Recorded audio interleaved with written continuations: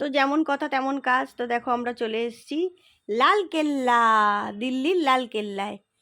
তো দেখতেই পাচ্ছ অ্যাজ ইউজুয়াল কত ভিড়।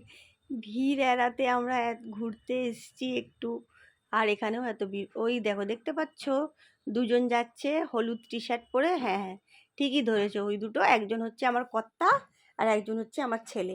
তোমাদের আমরা শপিং আগেই দেখিয়েছিলাম যে এরা ম্যাচিং করে করে সব কিনেছে আর ম্যাচিং করে করে পরেওছে। সব একই দিনে পড়েছে, যেদিনকে ছেলে ওই কালারটা পরেছে ও ওই কালারটা পরেছে। তো যাই হোক, চলো আমরা এবার চলে এসেছি লালকেল্লার ভেতরে। আর কতটা হাঁটা বন্ধু, তো কি বলবো তোমাদেরকে, প্রচুর হাঁটা। লালকেল্লা যেখান থেকে মানে আমি দেখালাম ভিড়, ওখান থেকে ভেতর অবধি অনেকটা হাঁটা। পা ব্যথা হয়ে গেছিলো, আর তেমন ছিল রোদ। তো এখানে না আমি খুব ডিএসএলআর একটা ক্যামেরা মিস করছিলাম জানো। মনে হচ্ছিল যে একটা যদি কাশ আমার কাছে ডিএসএলআর থাকতো, সুন্দর ফটোগ্রাফি করতে পারতাম, এত সুন্দর জায়গাটা। আর এই দেখো আমরা চলে এসেছি মিনা বাজার। লালকেল্লার ভেতরেই আছে মিনা বাজার। তোমরা সবাই নিশ্চয়ই মিনা বাজারের নাম শুনেছো। তো সেই মিনা বাজারেই আমরা চলে এসেছি। এখান থেকে আমি কিছু শপিংও করেছিলাম, কিছু জিনিস আমার খুব ভালো লেগেছিল। যদিও এই জিনিসগুলো বাইরেও পাওয়া যায়, তাও এখানে এসেছি, এখানকার তো কিছু স্মৃতি তো থাকবেই। তো তোমাদের সাথেও একটু শেয়ার করে নিলাম মিনা বাজারটা। তোমাদের কেমন লাগলো অবশ্যই আমাদেরকে জানিও। তবে কিছু জিনিস ছিল যেগুলো একটু ইউনিক, সব বলবো না, কিছু জিনিস ছিল। আমার তো বেশ ভালো লেগেছে মিনা বাজারটা। লালকেল্লাতে ঢুকেই বেশ একটা ছোট্ট শপিং মল টাইপের, মল বলবো না, মানে ওই বাজার আর কি, খুব ভালো লেগেছে আমার। বেশ একটা সাই সাই ব্যাপার ছিল আর কি এর মধ্যে। তো দেখো যতটা পারছি তোমাদের সাথে আমি শেয়ার করে দিচ্ছি। দেখো দোকানগুলো, এর মধ্যে ম্যাক্সিমামই ছিল আর কি শোপিস, জুয়েলারি। আর এই দেখো এখানে আমাকে অ্যাজ ইউজুয়াল রিলস বানাচ্ছি, অভিজিৎকে বলেছি ভিডিও করে দাও, আমি রিলস বানাবো। ওই একই ব্যাপার, কখনো বেশি করে দিচ্ছে কখনো কম। দেখেছো কত সুন্দর সুন্দর জুয়েলারি, চুড়িগুলো কিন্তু খুব দারুণ ছিল। যদিও আমি খুব একটা পরি না ওরকম ধরনের চুড়ি, তাই কিনিনি। তো তোমাদেরকে একটু দেখিয়ে দিলাম জাস্ট। আর বাইরে তো বন্ধুরা মারাত্মক রোদ ছিল, মারাত্মক, কি বলবো, মানে রোদে একদম ঘেমে মানে চুপচুপা হয়ে গেছিলাম, কি বলবো। এই দেখো এবার আমরা ধীরে ধীরে মিনা বাজার থেকে বেরিয়ে যাচ্ছি। বেশ ভালো লেগেছে আমার বাজারটা, তোমাদের কেমন লাগলো জানাতে কিন্তু ভুলবে না অবশ্যই। আর এই দেখো আমরা আরও ভেতরে চলে এসেছি। খুব সুন্দর জায়গাটা, বললাম ওই যে একটা ডিএসএলআর ক্যামেরা আমি খুব মিস করছিলাম। ওই দেখো দুজনে যাচ্ছে, দেখেছো। ছোট্টবেলা থেকেই না, যখনই আমরা কোথাও ঘুরতে যেতাম বাইরে বেরিয়েই ছেলের দায়িত্ব কিন্তু অভিজিতের, ওকে বলতে হতো না, ও নিজেই বলতো তুমি ছাড়ো আমি ছেলেকে দেখছি। ওর বাবাকে না কিছু বলতে হয় না ছেলের ব্যাপারে, যতটুকু যা করার নিজে থেকেই করে, আর খুব ভালোবেসে মন থেকে করে। আর এই দেখো জায়গাটা একবার তোমাদেরকে চারিদিকটা ঘুরিয়ে দেখিয়ে দিই, এত সুন্দর জায়গাটা। কিন্তু না একটু রোদটা কম থাকলে ভালো হতো জানো তো, একটু ভালো করে আরও এনজয় করতে পারেন। যাই হোক, তবু আমরা অনেক অনেক হেঁটেছি, রোদের মধ্যেও অনেক ঘুরেছি। লাস্ট অবধি আমরা এই জায়গাগুলোতে একটু বসে গেছিলাম, আর হাঁটতে পারছিলাম না। তো চলো সামনে একটা খুব ভালো জিনিস আছে তোমাদেরকে দেখাবো। খুব মানে আমার তো খুবই পছন্দ হিস্টোরিক্যাল প্লেস। আমার কিন্তু হিস্ট্রি ফেভারিট সাবজেক্ট ছিল, যার জন্য আমার এই জায়গাগুলো আরও এত ভালো লাগছে। তোমাদেরকে খুব ভালো একটা জিনিস দেখাবো, দেখতে থাকো, স্কিপ করো না কিন্তু ব্লগটা। এই দেখো সামনেটা দেখো, খুব ভালো। একটু যদি বললাম, একটু যদি ওয়েদারটা ঠিক থাকতো তাহলে আরও ভালো করে এনজয় করতে পারতাম জায়গাটাকে আর কি।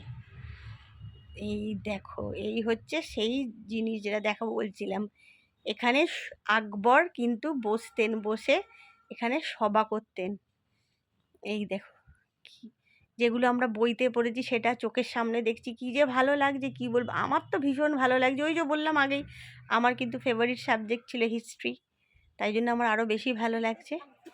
এবার আমরা এখান থেকে বেরিয়ে মোটামুটি সব দেখা হয়ে গেছে, এবার আমরা এখান থেকে বেরিয়ে যাব। তার আগে রোদ্দুর হোক আর যাই হোক ফটোশ্যুট তো করবই করব।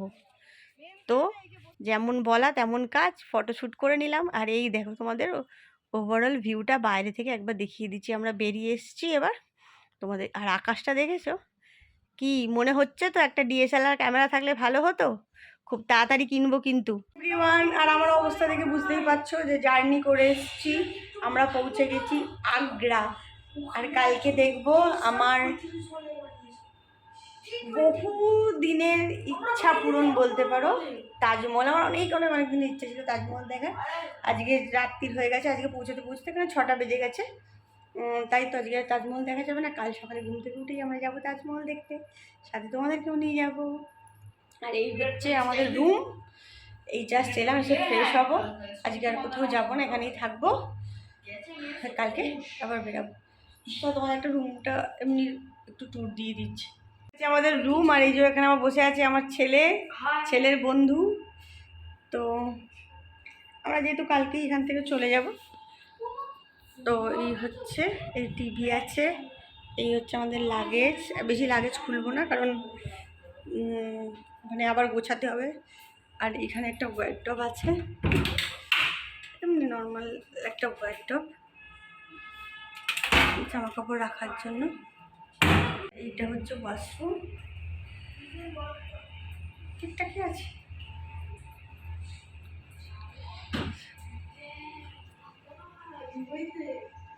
Good morning everyone. তো দেখতেই পাচ্ছ সকাল সকাল রেডি হয়ে গেছি, রেডি হয়ে বেরিয়ে পড়েছি। আর কাল রাতে না প্রচণ্ড টায়ার্ড ছিলাম, কোনো রকমের স্নানটা করে ডিনার করেই শুয়ে পড়েছি, যেহেতু আজকে সকাল সকাল উঠতে হবে। আজকে আমাদের লাস্ট ডে আগ্রাতে, আজকের দিনটাই আমরা পাবো আগ্রাতে ঘোরার জন্য। তার জন্য টাইম নষ্ট না করে একদম সকাল সকাল সবাই মিলে রেডি হয়ে বেরিয়ে গেছি। যখন আমি ভিডিওটা করছি তোমাদের কাছে, তখন ওই 8:30 9টা মতো বাজে। একদম সকালে না বেরালে আমরা পুরোটা কভার করতে পারবো না। তো চলো আমরা আগে কি করব দেখতে থাকো। এই দেখো, সবার আগে আমরা চলে এসেছি বেরিয়ে ব্রেকফাস্ট করতে, কারণ অনেকে তো একসাথে, প্রায় আমরা 16 জন মতো। এবার এত লোক একসাথে ব্রেকফাস্ট করতে তো টাইম লাগে, তার জন্য আমরা সবার আগে ব্রেকফাস্টটা করে নিলাম। আমরা একটু হেভি ব্রেকফাস্টই করেছিলাম, কারণ পরে আর খাওয়ার টাইম পাবো কি পাবো না সেই জন্য। তো দেখো এখনও খাবার আসেনি, আমরা সবাই খাবার অর্ডার দিয়ে বসে বসে আমরা গল্প করছিলাম আর খুব মজা করছিলাম। প্রচণ্ড মজা করছিলাম, প্রচণ্ড মজা হয়েছে আমাদের এই ট্যুরটাতে। এখনও আমাদের খাবার আসেনি, আসলে তোমাদেরকে দেখাচ্ছি চলো। এই দেখো আমাদের খাবার চলে এসছে, আলুর পরোটা। আমরা আলুর পরোটা নিয়েছিলাম, আরও অনেকে অন্য রকম নিয়েছিল, যার যেটা ইচ্ছা সে সেটা খাচ্ছিল।